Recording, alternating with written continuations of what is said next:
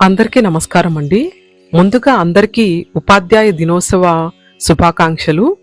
అసలు ఉపాధ్యాయ దినోత్సవం ఈరోజే జరుపుకోగల కారణం ఏంటి, ఆ చరిత్ర గురించి తెలుసుకుందాము. గురు బ్రహ్మ గురు విష్ణు గురుదేవో మహేశ్వర గురు సాక్షాత్ పరబ్రహ్మ తస్మై శ్రీ గురవే నమః అని గురువు లేనిదే విద్య లేదు, విద్య లేనిదే జ్ఞానం లేదు, జ్ఞానం లేనిదే ఈ లోకం మనుగుడే ఉండదు. అందుకే గురువే ఈ ప్రపంచానికి అధిపతి, గురువే మనకు ప్రత్యక్ష దైవం. గురు పూజోత్సవం నేపథ్యంలో ప్రతి ఒక్కరూ తమ తమ గురువులను గుర్తు చేసుకొని వీలైతే సేవ చేసుకుంటే మరీ మంచిది. మనల్ని మంచి స్థాయికి ఎదిగేందుకు విద్యాబుద్ధులు నేర్పిన గురువును ఘనంగా సత్కరించుకోవాల్సిన ఎంతో ఘనమైన రోజు ఈ గురు పూజోత్సవం దినోత్సవం. శిష్యులు ఎదుగుదలే గురు దక్షిణగా భావించే పూజ్యులైన గురువు గారికి ఉపాధ్యాయ దినోత్సవం నాడు వారికి నమస్కరించి వారి దీవెనలను తీసుకోవాలి. నిరంతరం నేర్చుకునే ఉపాధ్యాయుడే మంచి విద్యావంతుడు తయారు చేయగలుగుతాడు అని. ఈ ప్రపంచంలో ఎన్నో వందల వృత్తులున్నా వారందరినీ తయారు చేసే వృత్తి ఉపాధ్యాయ వృత్తి. అందుకే ఈ వృత్తికి అంత గౌరవం. అజ్ఞానం అనే చీకటిలో ఉన్న వారిని విజ్ఞానం అనే మార్గంలో నడిపించే ఏకైక వ్యక్తే గురువు. ఏ దానం చేసినా కరిగిపోతుంది, కానీ విద్యాదానం చేస్తే మాత్రం అది చనిపోయేంత వరకు వారితోనే ఉంటుంది. అలాంటి గొప్ప దానాన్ని చేసే ఉపాధ్యాయుణ్ణి సాక్షాత్తు ఆ పరబ్రహ్మతో పోలుస్తారు పెద్దలు. జీవితంలో స్థిరపడడానికి, జీవితాన్ని గొప్పగా కొనసాగించడానికి వీలైన పాఠాలు నేర్పించడంలో గురువు తర్వాతే ఎవరైనా.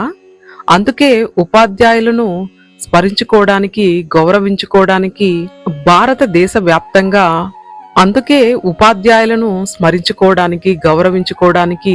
భారతదేశ వ్యాప్తంగా ఈ రోజున విద్యార్థులు తమ ఉపాధ్యాయులకు ధన్యవాదాలు చెబుతూ అసలు ఈ రోజునే ఎందుకు ఉపాధ్యాయుల దినోత్సవం జరుపుకుంటారనే చరిత్ర గురించి తెలుసుకుందాము. గొప్ప పండితుడు, భారతరత్న తొలి ఉప రాష్ట్రపతి అయిన డాక్టర్ సర్వేపల్లి రాధాకృష్ణ పుట్టినరోజే టీచర్స్ డేగా భారతీయులందరూ జరుపుకుంటారు. దాని వెనుక ఒక కారణం కూడా ఉంది. నిజానికి రాధాకృష్ణన్ ఒక గొప్ప ఫిలాసఫర్, మానవతావాది మాత్రమే కాదు, ఆయన ఒక గొప్ప పండితుడు కూడా. రాజకీయాల్లో ప్రారంభించక ముందే రాధాకృష్ణన్ చికాగో, మైసూర్, కలకత్తా యూనివర్సిటీలతో పాటు మద్రాస్ ప్రెసిడెన్సీ కాలేజీ, ఆక్స్ఫర్డ్ యూనివర్సిటీల్లోనూ ఫిలాసఫీ పాఠాలు చెప్పేవారు. అతను బోధించే పాఠాలకు విద్యార్థులు మంత్రముగ్ధులయ్యేవారు.